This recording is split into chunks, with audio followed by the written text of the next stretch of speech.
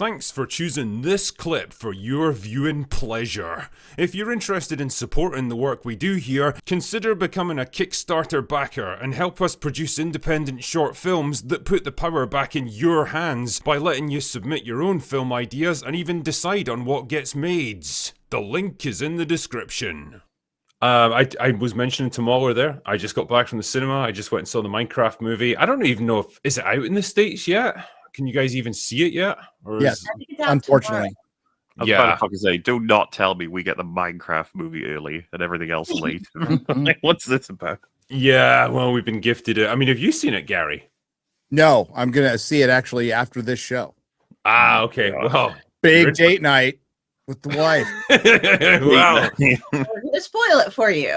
Yeah. I mean, Aaron and I have seen it. I assume Mahler and Platoon have not witnessed it yet. I've seen the first 37 minutes, and I shall be returning to the cinema to watch the remaining part of the movie. That is dedication, man.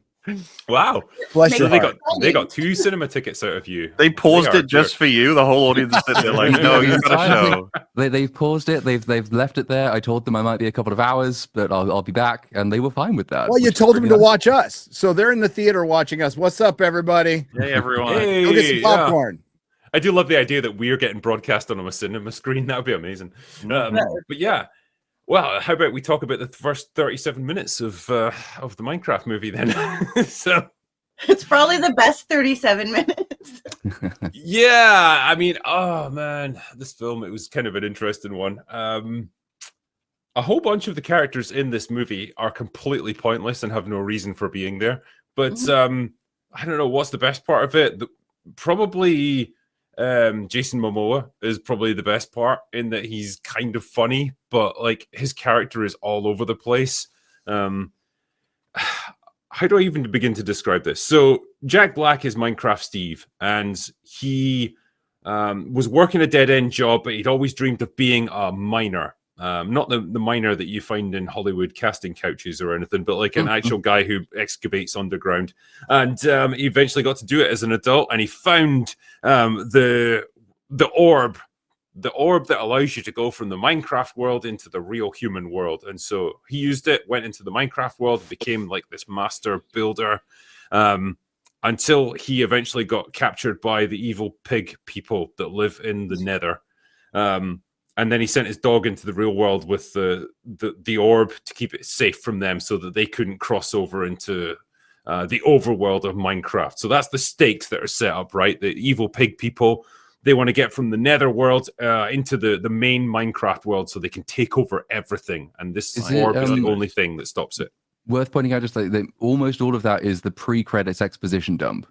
Yes. And so like by the end of it, you're sitting there thinking, this is not a movie that's going to reward me for asking why, is it? It's like, I probably shouldn't be trying to engage with any of this stuff, because the explanations given for, say, like why he always dreamed of becoming a miner is because.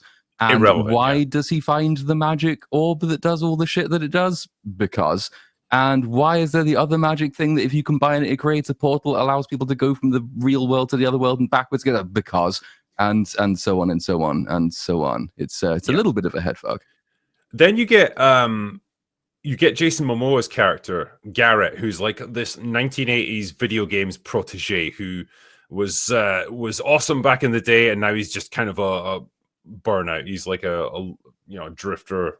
He's got like a retro arcade store, and he's framed as the main character. It's so weird with this film, right? Because he gets this big long introduction where you think like he's the protagonist, and then you find out he's kind of just like a guy who ends up accompanying them, and like the real protagonist is Henry.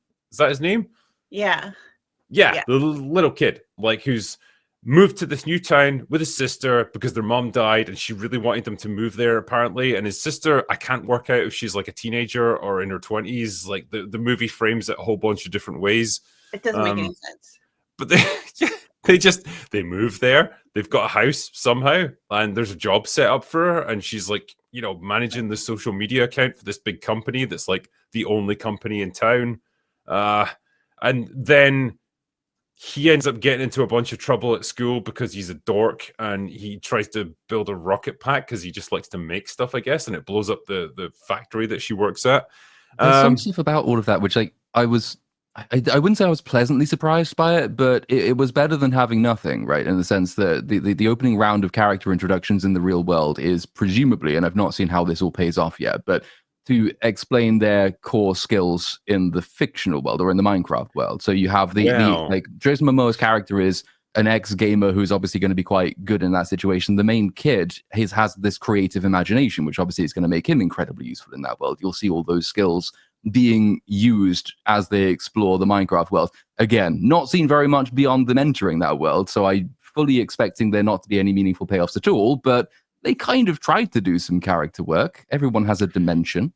Well, don't worry, because if you might be thinking that like Jason Momoa's skills as a gamer are going to translate into his ability to do stuff in the Minecraft world, that absolutely doesn't happen ever. There's never a moment where he jumps in as like, oh, I get this. This is where we need to do this and that and jump over here. Like he doesn't do any of that. Like, he's just confused. There's one bit early on when he messes things up because he thinks like a sheep is going to be a quest giver. Because he's like, oh, well, it's an NPC, so it's going to give me a quest, and that's going to tell us where we need to go. And it's like he's talking to a sheep, and that's it. And the movie can't like quite decide if he's like some big muscle-bound meathead who's like super like strong and just like, you know, he's the muscle of the group, or a wimpy sort of dorky gamer dude who's just using that as a facade to mask his insecurities. And so like he's everything whenever the plot needs him to be. That's kind of all you get out of him. But I feel like there would almost be a more interesting story where he's the main character and he gets drawn into this. But instead you've got this really boring, generic, like Henry, who's like the actual protagonist. And I don't really get much from him in terms of like what he's meant to be or like what we're supposed to root for him for. He's just a kid. And the worst thing about poor Henry is, while he does maybe a decent job acting, maybe he's so overshadowed by Jack Black and Jason Momoa, and he shares almost all of his scenes in the game world with them, and they just blow him away. And it's like it just felt not fair partway through. I'm just like, no, that's so sad. Because Momoa is quite funny, like just playing the over the top like 80s meathead kind of dude. Like that's what he's trying to portray. That's the persona he's going for.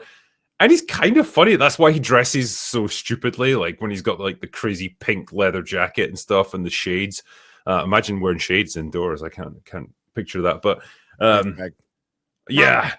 Embarrassing. Total asshole. Yeah, I'd never do it. But yeah, like that persona, he plays it quite well. It is kind of funny at times. Jack Black is just no, he's just annoying, and he's so over the top that like it's not even like chewing the scenery kind of over the top. It's almost like I've been asked to do this take one too many times, and I'm just going to take the piss out of the script by like screaming my lines into the microphone. That's Jack Black you get. Yeah. He does a really good impression of Jack Black all the way through the movie. But he does. It's impossible for him to chew the scenery, though, because he's not animated on the same layer as the scenery at any point in the movie, which is really... That was probably the most shocking thing, is like how unfinished a lot of the green screen stuff was. I couldn't work out if it was the bad quality of the screen in my definitely a cinema, or if it was just that the movie was not made properly. But like, you can just like look at bits where the characters are supposed to be in like the game world, and just zoom in on any one of their limbs, and you'll tend to find them clipping out of the scenery, which is just like, I wouldn't expect this from an actual video game, not even like a movie about a video game. It's just, it looked very cheap. You guys have seen Jumanji, right? The reboot. It sounds exactly like that. It's like the Mario movie as well. It's essentially it. It's like someone gets sucked from the real world. Right? They all made money. That's what they're going for. I mean, like, I think if you're a big fan of the games and like a lot of the lore and all the intricacies of it, like you're probably going to get a lot of fun out of all the references and stuff. Like, because there's a ton of them. And to be fair, like as much as Platoon was saying that, in his cinema, the VFX didn't look great. Like, I'll grant you the green screen looks a bit hokey, but like the overall animation of the purely Minecraft world, I thought that looked fine. For the most part, it's when the human characters have to interact with it that's where you run into problems. Exactly, it's the overlap between the two that really struggles to work. Like when there's no human characters on the screen, it looks fine. I say fine. It looks like the trailers, so take that as you will. But like it doesn't. There's no obvious clash there technologically, but there is when they try to have them interact. The Mario movie's the really interesting comparison though, because obviously it's again incredibly successful, much loved IP, one of the most recognized brands in all of gaming and so in all of the world. I felt that, I mean, again, from what I've seen of it so far, worked better though, partly because of what was discussed a little bit earlier about the kid being overshadowed. That movie wasn't going out of its way to try and say, this is an aspect of our core audience and demographic that we want to represent in the movie. So we're going to shove the kid in, we're going to shove the 80s gamer old kid in, we're going to shove the other like character archetype in. It actually was slightly more confident about telling a story with the characters it had created for its world, as opposed to we have to cram in archetypes whether they particularly work or not. Yeah, I mean, sorry. One of the things about this movie is that they're, like Drinker said earlier, there's some characters in here that don't have a purpose. Like his sister and the real estate agent. Like, what are they doing in the game world? They just get sucked in and then they don't really accomplish anything. And it's like there were moments where they could have developed some kind of sub story, some subplot for them, but they never engaged any of that. And they just, I mean, and it's really unfortunate that both of those characters are female and one is a person of color. And it's like, wow, great way to make it look really like you're just placing people on the board to get some representation. Give them something to do if you're going to put them in there. It would have been better without them, and they could have just cut 20 minutes. 100%, because Natalie is like the actress who plays her. I can't remember her name, but like she's fine in what she does. But like I would, if you really wanted like the balance of male and female, fine. Like put her as the protagonist. Like replace Henry and put her in, because that would be fine. There's a sort of like like she's thrust into this position of being like his sister, but like because their mom's died, she has to try and be the maternal figure, but it never really goes anywhere, and the script doesn't quite seem to know what to do with them, and so she's just kind of like sidelined for most of the movie, and it just feels like there's not really a purpose to her character. She's just kind of there, and it's definitely the problem with Dawn, the real estate agent, as you say. She has no character arc throughout this. She's not like unpleasant or anything, like, but she's just there. Like, there's no reason for her to be there. She doesn't really have a relationship to anyone. She doesn't know any of the characters. She's just sucked into this situation, and she's there. And yeah, I was just left by the end of the movie thinking, like, you could have cut her out of it and just saved a bunch of time. You could have combined the siblings as well into one character. I think that's the other reason. Exactly. The sister's character is, like as has been mentioned, she's going to work like the biggest potato chip manufacturer in whatever state they live in. Funny, I guess. And like her job, you can get a stable income from this, by the way. You can definitely afford a house, is to up their socials so they get more than like 75 followers. Totally very believable. But you could have easily combined those two characters by having her stuck in this dead-end job, but her being visually really creative and imaginative, the role the brother takes in this story. And you've kind of, you've condensed both into one character. She has the imagination, she has the creativity, and it allows her to escape the dead-end job she's stuck in. Simple, quite easy to do. Not entirely sure why they didn't do that, except that they needed to have a young woman and a young man in because they wanted both to come to watch the movie. Great. Yeah. How long is it? I mean, it felt like about 6 hours, but I think it was like maybe 100 minutes. I just love that that's the question you ask after all that discussion. How long is it? You will feel the length, as I say to Tatiana on occasion. But yeah, it does drag a little bit, and I think particularly with the antagonist is just.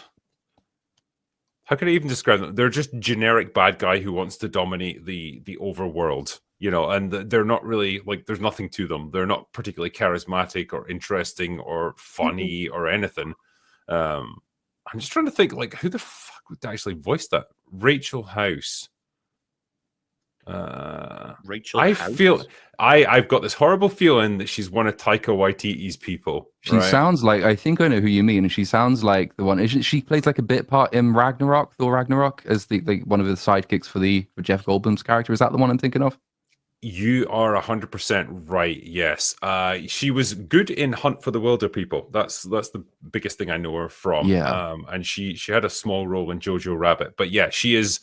How can I put it? Not the best actress, and really not a good fucking voice actress. Like her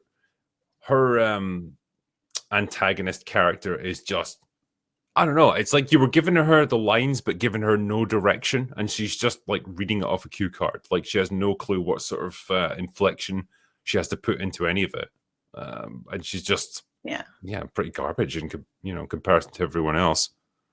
Well, and you never felt like any of the characters, there weren't any stakes. Like I was never worried that anybody was actually going to die or get hurt or turned into a pork chop or whatever. Like, yeah, I mean, it was like everybody, all the pigs got turned into pork chops, but none of the humans ever got hurt. Nobody else got hurt. Like, there's this weird subplot as well with a villager who makes it into the real world and ends up going on a date with like a woman who doesn't find anything wrong with this fucking guy who's got like a cube-shaped head that's like half the size of his entire body and can't say any actual words. And she ends up going on a dinner date with him, and she thinks he's like the greatest guy ever.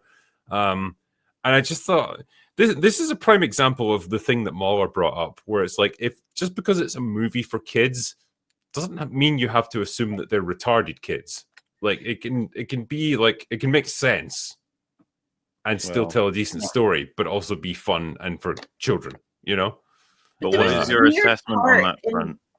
Like in that section, there was this one part where she specifically called out the fact that she keeps hitting people with her Jeep Cherokee. And it's like, what is this, a freaking commercial? Yeah. When I'm running people over, that's the vehicle of choice for me. That's unfortunate because it wasn't. I don't think it was a Cherokee, but a Jeep has certainly killed an actor before. Ooh, Chekhov, the guy who played Chekhov from Star Trek. Oh, was it a Jeep that he had? Yeah, it was a Jeep. Yeah, and it just the handbrake came off and it just like crushed him. Yep, crushed him. Of all the just random bring up the things. stream a little bit. You know, I was getting a little too dour, so I just wanted to bring some levity in. Thanks, Gary. Sure. Mahler, you were going to ask something there.